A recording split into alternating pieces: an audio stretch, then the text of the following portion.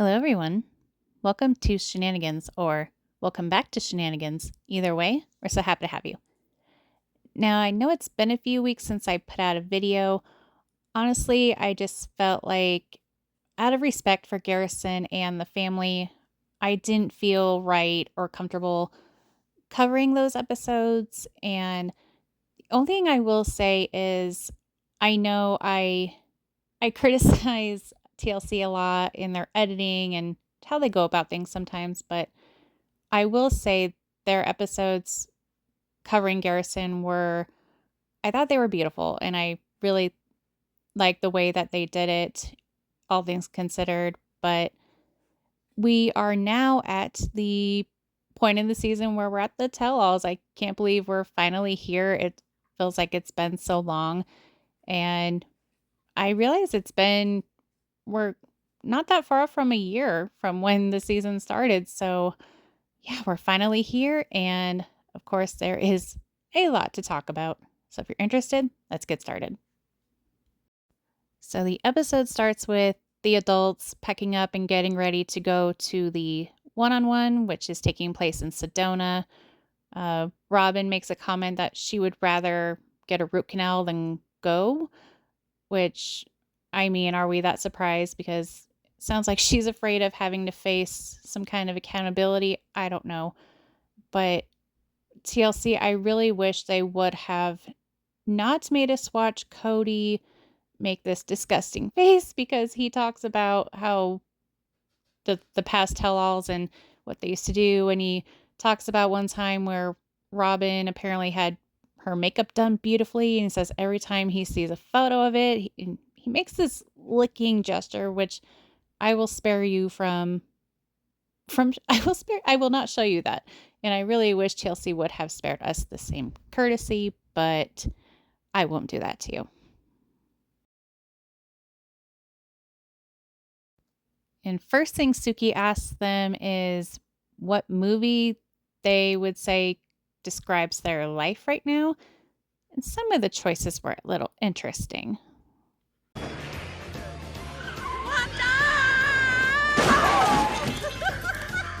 So you bend and snap.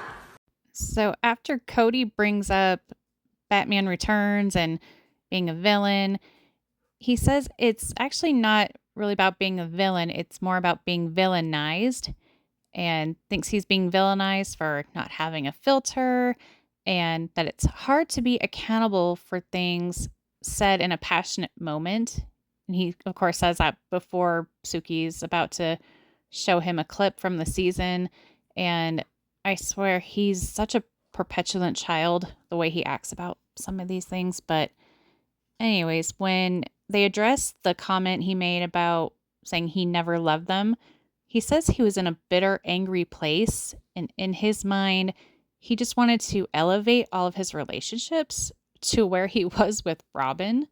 And Mary thinks that he should have admitted that he changed his mind instead of just denying altogether that he ever loved her, and instead of minimizing their relationship and the fact that they started the family.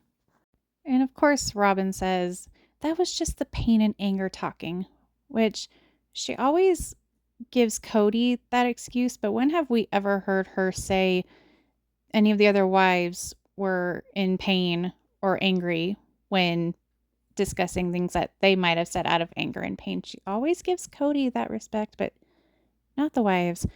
Anyways, she says that it was an aphrodisiac, that early on he did tell her that he loved his wives. And I don't know, I thought that was just such a weird thing to say, because I don't know, if anything, I think her aphrodisiac was the dollar signs that she saw early on. But anyways, um, Cody uses the excuse that every relationship with your kids and your friends is different. So why is he being slapped down for his higher love for Robin? And I thought that was a strange statement too, because yeah, just because your relationships with your kids and friends might be different in the regard that you might have different interests and a different kind of, bond in that way, but the love and respect should be the same. And even though his relationships with his wives might have been different, where he fell flat was treating Robin differently and better. But he, of course, is getting so defensive, and he says that he is so sick and tired of being guilted for loving Robin, which have we ever heard any of the wives or even the kids say that he should feel guilty for loving Robin? I can't think of a time. The issue sounds like it's not that he loves her. I mean, he should love her if she's his wife and, they've been married how many years? He absolutely should love her. But the issue is, I mean, now he's even admitting he was so in love with her from the get go. It's like at some point, rather than waiting all these years, he should have been honest up front. And not only that, but not shown blatant favoritism. That's what he should be, that's what he's guilted for, Cody. So I don't know if we need to hold his hand when we say that, but he's just either he doesn't get it or he doesn't want to admit that that was the problem. And I was glad that Suki kept trying to tell him, you contradicted yourself there. And you can just tell she's already over him. And I'm so glad to see that because in the past seasons at the tell alls, I feel like she's been kind of too soft on him. So it's kind of nice to see her actually push back. But he says that Robin was good at communicating with him, loving him, and respecting herself. And that the other wives had the opportunity for success if they just did the same thing. But when he was saying that, I thought, wait a minute. When did you have good communication with Mary, Janelle, and Christine? You didn't respect them, and you're admitting you didn't love them. So, I mean, if he didn't love them the same way, then how are they supposed to level up?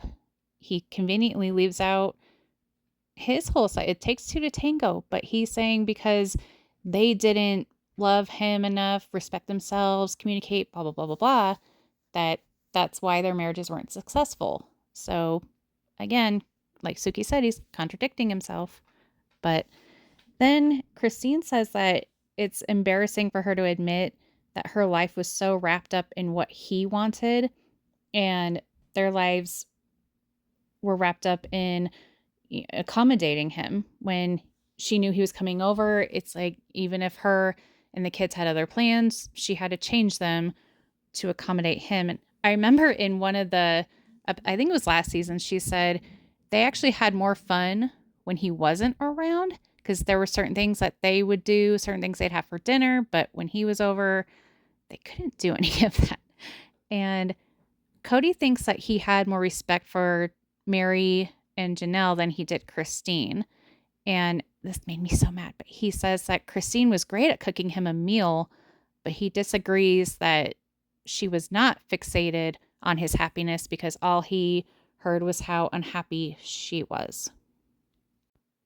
And what a degrading comment to make, because is that all he saw in her was that she could cook well? Because if that's the first and only example he could give, it's like, is that all she was good for in his eyes? Like, he knew if he was going to her house, he was going to get a good meal. Like, and he wonders why she left. I mean, anyways, Suki tells him that it's a huge problem if Christine subconsciously didn't feel respected by him. And surprisingly, he agreed. But Mary says that she didn't feel respected by him during her darkest time. And Cody starts getting frustrated about holding others accountable, not just him being held accountable. And Suki thinks that maybe they all just didn't grow together. And part of the accountability was the wives deciding to leave. And Robin claims that he was just trying to lift up the other relationships, but Christine says that is 100% a lie, that he was not available, nor present, nor accommodating. So when would there have been the opportunity to lift up their relationships? And she felt his focus was solely on Robin as soon as she came into the picture. And Janelle thinks that's just him with revisionist history and Mary doesn't think it's fair that they were expected to be Robin. And then they discuss the word abandonment regarding Mary and Cody's spiritual divorce. Mary's frustrated with his whole double standard of claiming that he couldn't leave due to the church, even though he's not a part of that church anymore. And she thinks it was a stupid comment that he made when he said he was afraid of what she would do if he had left sooner. And Suki asks Mary what she thinks he meant by that. She doesn't know.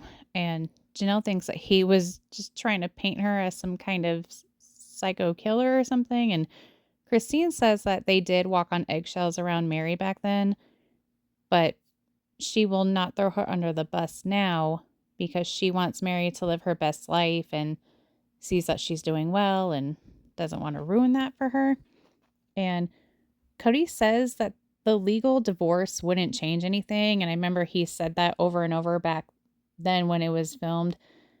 But he says that Mary shifted after and talking about rewriting history. I mean, Mary says that long before the whole catfish incident happened and before the divorce and all that, they were having issues with, I mean, I'll say abandonment. And he still, on all 10 toes, will say that the legal divorce didn't change anything, but clearly it did. And he subtly brings up the catfishing and how says how Mary would go from friend to friend kind of bashing him. And Christine says that she thinks the legal divorce was the beginning of the downfall. And Robin doesn't answer right away when she's asked if she thinks that Cody abandoned Mary, but she just says she doesn't want to touch on that right now.